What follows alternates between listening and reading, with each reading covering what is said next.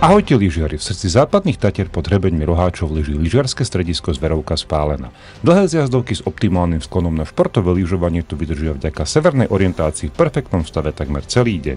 Moderná šesedačka vás vyvezie do nadmorskej výšky 1500 metrov, odkiaľ sa môžete vydať pestrou spleťou trati od širokých modrých karvingových svahov až po technicky náročný čierny úsek pri údolnej stanici štvorsedačky.